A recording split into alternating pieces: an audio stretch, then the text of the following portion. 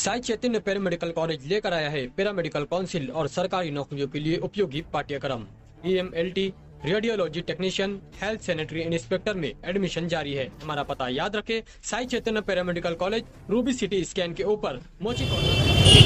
शफीक भाई, आज आपने आपके कार्यकर्ताओं के साथ धुले मालेगांव लोकसभा उम्मीदवारी दाखिल की है, नॉमिनेशन फाइल पहली प्रति। अल्हम्दुलिल्लाह रब्बिल आलमीन। आज मालेगांव शहर से हम लोगों ने हमारे सोशल वर्करों की जानिब से एक डिमांड आया था कि यार मालेगांव शहर से कोई सोशल वर्कर नहीं है, तो कोई ना कोई सोशल वर्कर को आगे आना चाहिए। दूसरी बात कि 1957 से लेकर आज तक मालेगांव शहर से कोई भी खासदार अल्पसंख्यक का बोलो चुनकर नहीं गया है, और 1957 से लेकर आज तक मालेगांव शहर की आवाम ने केरपट्टी की शक्ल में, नलपट्टी की शक्ल में, हर टैक्स की शक्ल में गवर्नमेंट को टैक्स अदा किए। लेकिन जो भी खासदार मालेगांव शहर से चुन कर गया है, आज तक उसने अपने बजट का कुछ भी पैसा, कुछ भी मालेगांव शहर के अंदर खर्च नहीं किया। मालेगांव शहर से हम लोगों ने कई लाखों कॉरपोरेटर देखे, उसके अलावा हम लोगों ने कई महापौर देखे, उसके अलावा हम लोगों ने कई आमदार देखे, उसके अलावा हम लोगों ने मिनिस्टर देखे मालेगांव शहर से। लेकिन मालेगांव शहर का आज तक हम लोगों ने खासदार नहीं देखा। हम लोगों का मकसद ये था सबसे पहला तो कि मालेगांव शहर को हमेशा यहाँ पर लोग आए मालेगांव शहर में, और इन्होंने मालेगांव शहर के लोगों की वोट ले ली। जैसे कि इससे पहले हम लोगों ने जब से देखा है, मतलब राजकारण में हम लोग उतरे हैं, तो अमरेश भाई पटेल उसके पहले भी वो आए, उन्होंने कम से कम 2 से 2.5 लाख वोट लेकर चले गए, लेकिन कभी उन्होंने मालेगांव की तरफ पलट कर नहीं देखा।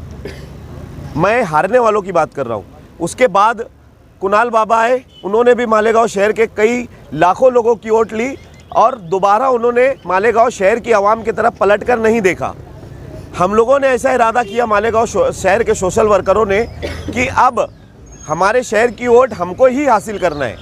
ये हमारी वोट हमको मिले, हमारे अपने लोगों को मिले, चाहे एक वोट क्यों ना होती।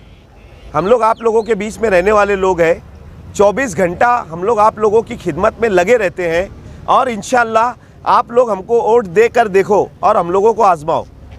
हम अगर अल्लाह ने हमको नवाजा तो भी हम आपकी खिदमत में हाजिर रहेंगे, और जो अल्लाह की मर्ज़ी तो भी हम आप लोगों की खिदमत में हाजिर रहेंगे। हम लोगों ने देखा कि मालेगांव शहर से एक प्लेटफॉर्म खाली है, वो प्लेटफॉर्म खासदार का खाली है। तो हम लोगों ने ऐसा मशवरा किया कि आज हम लोग मालेगांव शहर के अंदर एक बीज बोते। ये बीज आज हम लोगों ने बोया है, ये हमारी नस्ल दर नस्ल चलेगा, हम जिंदा रहे या ना रहे। ये बीज हम लोगों ने आज एक फलदार दरख्त के ज़रिए लगा दिया है। अब ये बीज पौधे की शक्ल में आने वाले 5 साल में पौधा बनेगा, फिर आने वाले 5 साल में ये झाड़ बनेगा, और फिर आने वाले 5 साल के बाद ये लोगों को फल देने का काम करेगा। तो हम लोगों ने ये मशवरा किया कि अब इंशाअल्लाह जो भी वोट मिलेंगी, हम लोग मालेगांव शहर के जितने भी सोशल वर्कर हैं और जितने भी समाजी सियासी तंजीमें हैं, हम लोग मालेगांव की वोट मालेगांव में ही रखेंगे, और 24 घंटा आप लोगों की खिदमत में रहेंगे।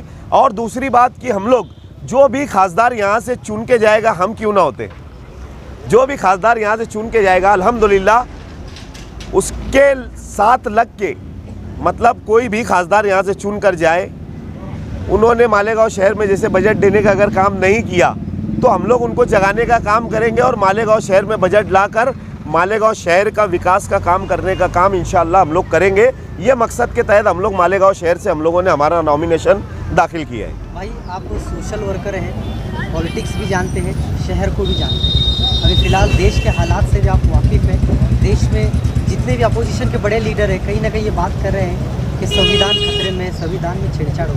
इस वक्त आपको नुमाइंदगी करना या पार्लियामेंट के इलेक्शन लड़ना ठीक लग रहा है? हम लोगों के हिसाब से देखो, 10 साल हो गया है मोदी सरकार को। अगर संविधान में छेड़छाड़ करनी रहती तो उन लोग पहले ही कर चुके रहते थे। मैं एक चीज़ आप लोगों को बता देता हूँ, ये मेरा अपना मानना है कि किसी की कोई औकात नहीं है वो संविधान में छेड़छाड़ करे, क्योंकि डॉक्टर बाबा साहेब भीमराव अम्बेडकर ने ये कानून ही ऐसा बनाया है कि कोई भी हिंदुस्तान का प्रधानमंत्री हो या उसके अलावा कोई भी आदमी हो, संविधान में छेड़छाड़ नहीं कर सकता।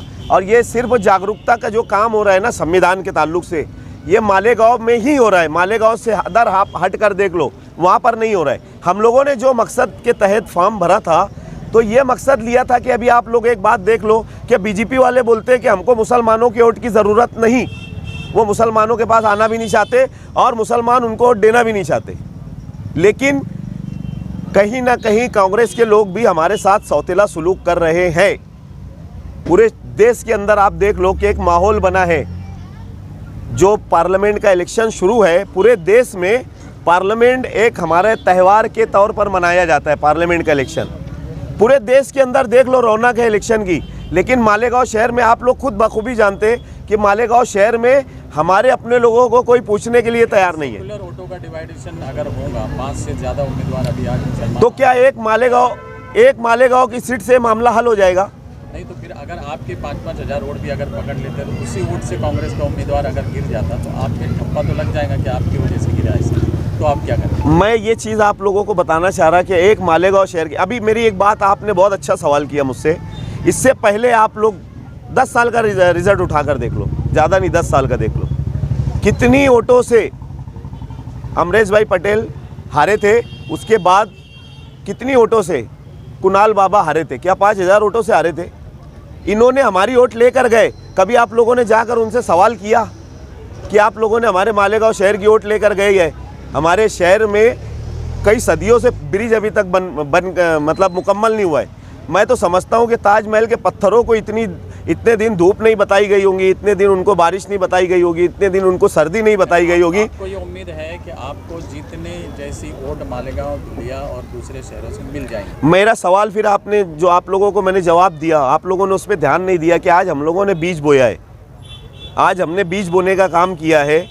हम लोग अल्लाह पाक जो भी रिजल्ट निकाले, हम लोग अपोजिशन का काम करेंगे और इतना कड़क अपोजिशन का काम करेंगे कि 5 साल में आप लोगों को खुद एहसास होगा कि अब शायद मालेगांव से कोई खासदार का काम शुरू हुआ है। अभी तक हम लोगों ने खासदार का खो नहीं देखा है मालेगांव वालों ने। आपने नॉमिनेशन फाइल किया, अभी तो कुछ कर नहीं सकते। मौजूदा एमएलए मुफ्ती मोहम्मद इस्माइल कासमी के साथ आपके करीबी संबंध है, अभी तक उन्होंने किसी के साथ हिमायत नहीं की, क्या आप उन्हें कहेंगे हिमायत दे देना चाहिए? हमको दे दे तो बहुत अच्छी बात है, क्योंकि सारे शहर के सोशल वर्कर यहाँ पर मौजूद है। और सोशल वर्कर ऐसे है कि जो हम वक्त तो हमारी आवाम की खिदमत में हाजिर रहते हैं। किसी भी ताल्लुक़ से बोलो, दवाखाने की फील्ड से बोलो या पुलिस स्टेशन की बोलो या सरकारी दरबारी, हर फील्ड से सभी सोशल वर्कर लगे रहते हैं और 24 घंटे लगे रहते हैं। अगर वो दे दे तो बड़ी अच्छी बात है, हम वेलकम करते हैं उनका। ओके, चलो।